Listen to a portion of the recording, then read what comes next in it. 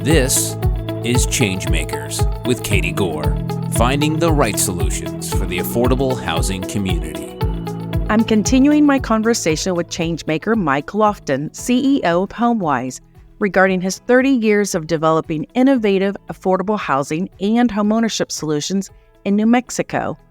Mike, in part one, you mentioned using HUD and FHA programs to increase home ownership for underrepresented groups.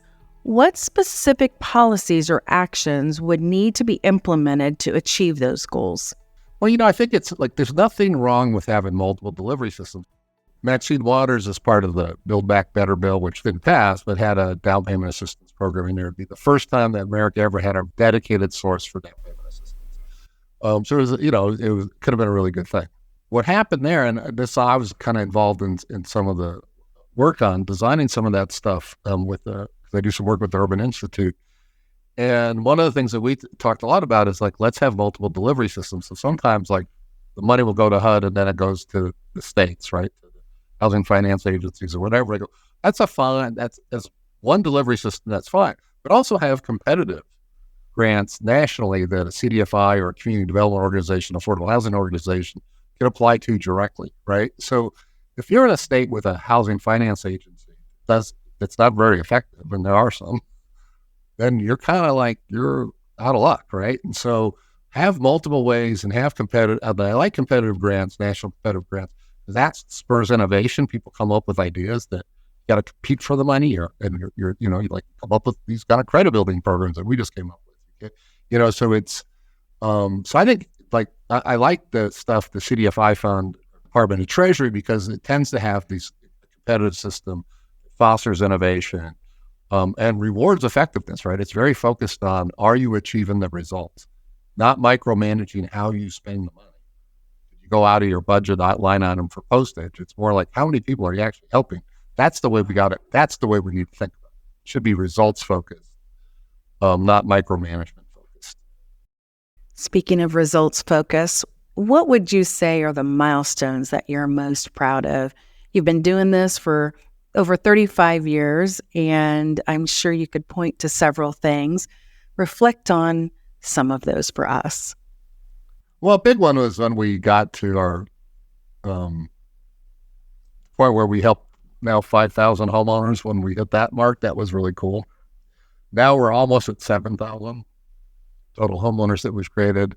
So we're very results focused, and you can count, that we care about people, and you can count the number of people you help. I'd say once we really understood our business model, that the way, if you're going to help people, it's not one thing, it's multiple things. You got to do multiple things well, not one thing perfectly, right? So can you do financial coaching to help people prepare to qualify for a good mortgage? Can you help them get a good mortgage? Can you finance it in a way that saves them money or increases their purchasing power? Can you help them find a home effectively so they're not buying a home they truly can't afford, because they got pressured into buying something they couldn't afford?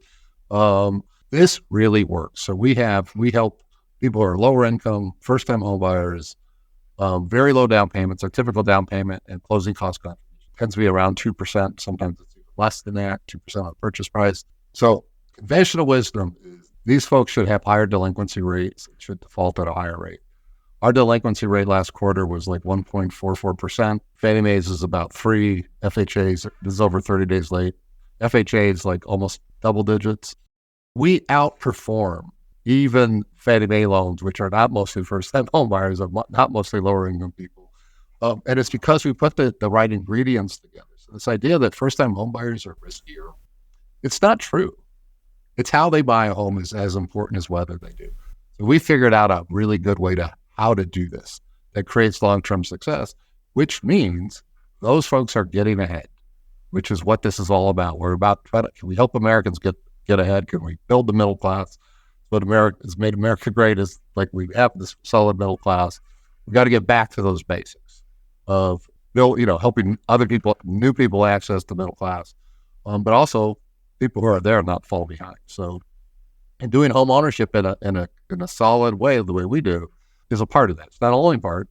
Access to higher education support and job training support. There's other things that are having health insurance so a health crisis doesn't destroy your finances. There's other things that help people become financially secure. Ours happens to be home ownership, and we think it's a very powerful. That extremely low delinquency rate really is a testimony to your after-purchase support that you guys must be providing. Do you have people who do check-ins on a set schedule, or what does that after-purchase support look like? Well, it's like I'd say the pre-purchase support too is that people are budgeting, they're saving money. They get we think building a savings habit is really important, which is why we like people to save 2% of the purchase price, because it's not that there's this huge investment.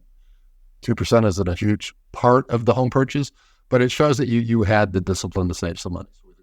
So it's the pre stuff is important.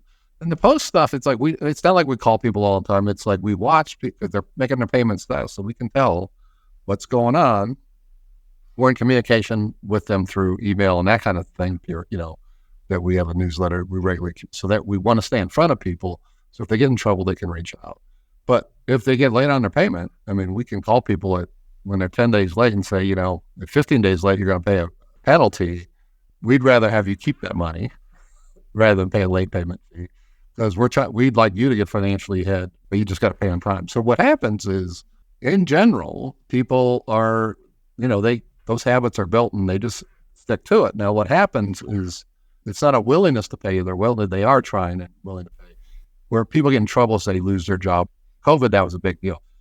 So how do we navigate that? So in that case, we trained some of our other people to kind of work on loan servicing, because one of the things that would happen in loan servicing is one of the questions you get is like, well, I got laid off. It's like, well, have you applied for unemployment? Well, no. It's like, why not? Well, because I'm self-employed. Well, did you know that self-employed people this time many of them are eligible for unemployment? So you should still do this. So here's the number. You know what I mean? So we provide that kind of support. But I would say that most first-time home buyers, it's where they live. It's not just an investment for them. They fight for that. They fight for their home. They may need some help and support, but it's the desire to keep that home there. Switching gears a little bit here, I noticed that you guys also spearhead a nationally recognized inclusionary zoning law. Tell us a little bit more about that and what that benefit was, and some details about why you guys needed that. And that's focused in Santa Fe, and that has been imitated by other cities in the country. And basically, it's called the Santa Fe Homes Program. And so if Pulte is building a subdivision, 20% of those homes are going to be affordable. Across the board, 20% doesn't matter? Yeah. Wow. Yeah. So you have third of them are going to be affordable to people who earn less than 65% of the area median income, third below 80% of the area median income, and a third below 100%. So it's in these price tiers, so it helps a range of people. And so that's a big deal, right? And so in the recession, nobody was building homes anywhere, so it didn't help then. But, now those builders are all back and doing stuff. And it used to be, a lot of home builders hated it. They didn't like the requirement. Now you don't hear those complaints about it at all. It's just people are used to it. They do it. It's just like you have to pay an impact fee for a park. Same kind of thing. You got to do this. What's interesting is many of them will say, hey, I know somebody, my dental hygienist really wants to buy a home and can't. Could you help them? So it's become now everyone sees the need for this, right? And it's because it's not, and we should think about housing markets this way. It needs to be a healthy market that serves a range of people. So I think I think Santa Fe has been way ahead of the curve on that, of hey, we could do this kind of thing. And now it's just part of the routine. Everyone's used to doing it. We do a lot of work with the smaller home builders, and bigger ones too. It's we do a lot of work helping them comply with it. Somebody has to certify people's incomes and do that kind of thing, make sure they're eligible.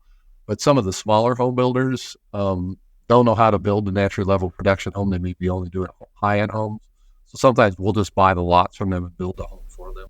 With the Pulte, they know how to build anything, and they want to control what gets built in their subdivision. So they build it, and we help them find the buyer for it. So what do you think, looking ahead, are some of the important trends or issues that remain on the table that should be tackled for homeownership? Well, I think, the supply issue, like we mentioned before, is really important. So I think there should be some federal policy that helps spur new supply, especially entry-level homes. I just read some article the other day that less than 10% of homes built in America are geared to the entry-level home buyer. So I think there's, could there be like what I'd call like a New Homes for America program where there's incentives for home builders to build an entry level home. At the local level, there's a lot that could be done, right? So like the NIMBY problem, nobody wants anything built.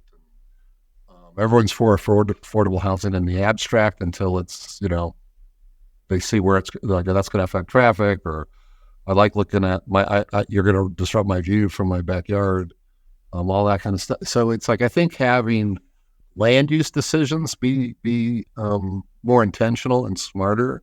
I think what's happened is like in America we've made land use decisions largely neighborhood issues, as if a new development only affects the surrounding neighborhood, where it affects the entire city, affects the entire region. So we got, we're not looking at the overall community impact of stuff. We need affordable housing.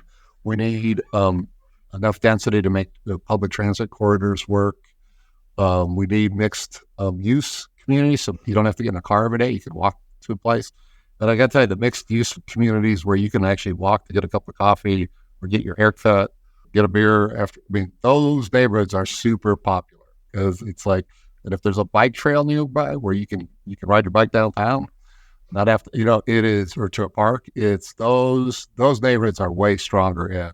So there's a shift in what people want. It's not just millennials. It's even baby boomers like me, who are like, no, I don't want to get in my car every day. I'm going to have a car. I live in the West, but I don't want to have to do that every day. So I think, we could land use. I think we get a lot smarter about land use. And so that means having density and proximity of things so you can walk to places and stuff. And that's a local political will thing. That's real doable. You've given us a lot here to think about, Mike, and I hope several of our listeners are hearing the innovative and creative things that you're doing out there in New Mexico, and I hope that we're able to replicate some of this nationally. So anything else you want to leave us with on a positive note related to home ownership? We have this really bad home ownership gap, which drives the racial wealth gap in America. The bad news is we have not made a lot of progress, or the kind of progress we should on. The good news is it's really possible to make progress. This is not rocket science. This is not, this is not coming up with a vaccine in record time because we have a pandemic. This is blocking and tackling, doing things we already know how to do. We just got to do more of it and in the right combination. And we can move the needle. This is doable. I completely agree. And you've laid out all the tools by which it can happen, haven't you? I think it's I think what this kind of what Homewise does. I mean, we should replicate this across the country. Completely agree. Well, Mike, thank you for joining us. It's been a pleasure having you, and I look forward to all of the great things you guys are going to keep doing out there. Well, thanks for having me, Katie. Appreciate it. Thanks for listening to Changemakers with Katie Gore. To find out more about Katie, go to quadel.com. That's QUADEL.com. This has been a production of Forbes Books Radio.